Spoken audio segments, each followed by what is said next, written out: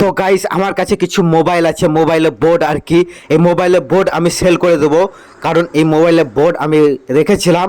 আমার কাছে 3-4টে মোবাইলের বোর্ড আছে। সেই বোর্ড আমি বিক্রি করে কত টাকা আমি করতে পারি সেটা আমি আপনাদেরকে দেখাবো। এই যে মোবাইলের বোর্ড আপনারা দেখতে পাচ্ছেন, মনে হয় দুটো 64 একটা 32 এরকম কিছু মডেল আছে। তো 64 জিবি রেট কত চলছে আর 32 জিবি কত রেট চলছে অতটা এখন জানি না। এখন রেট বেড়েছিল, এখন মনে হয় কিছু কমেছে। তো এখন আমি সেল করে দেবো। তো আরও যদি কমে যায় এই কারণে, তার জন্য মোবাইলের বোর্ড বিক্রি করে কত টাকা হয় আপনাদেরকে বলবো। তো এই দেখেন আমার কাছে দেখতে পাচ্ছেন 3টে মোবাইলের বোর্ড। তার মধ্যে যে হাতে মোবাইলটা দেখতে পাচ্ছেন এটা হচ্ছে আসুস ম্যাক্স প্রো M1। আমার কিন্তু পুরাতন মোবাইল, আমি এটা ব্যবহার করতাম, এটা নয় আর একটা। কিন্তু এই মডেলের মোবাইলটা আমি পেয়েছি, তার জন্য এটা রেখেছি। যদি আমার পুরাতন মোবাইলের কিছু পার্টস খারাপ হয়ে যায় তো এই মোবাইলটা থেকে খুলে লাগাবো, তার জন্য এটা রেখে দিলাম।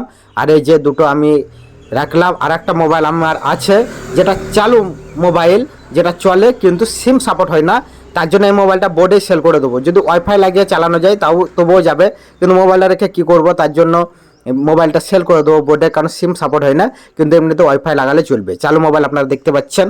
তো এই মোবাইলটাও আমি কিন্তু সেল করে দেবো। তো 3টে মোবাইল আমাদের হয়ে গেল। 3টে মোবাইল বিক্রি করে আমি কত টাকা করব সেটা আপনাদেরকে আমি বলবো এই ভিডিওতে। তো বন্ধুরা, এই যে মোবাইল দেখতে পাচ্ছ খুবই চকচকে মোবাইল, কিন্তু ব্যবহার করা যাবে, কিন্তু ওয়াইফাই লাগে, হ্যাঁ, সিম সাপোর্ট হবে না। তো বিক্রি করে দেবো। 3টে মোবাইলে আমার টাকা হবে 1800 টাকা।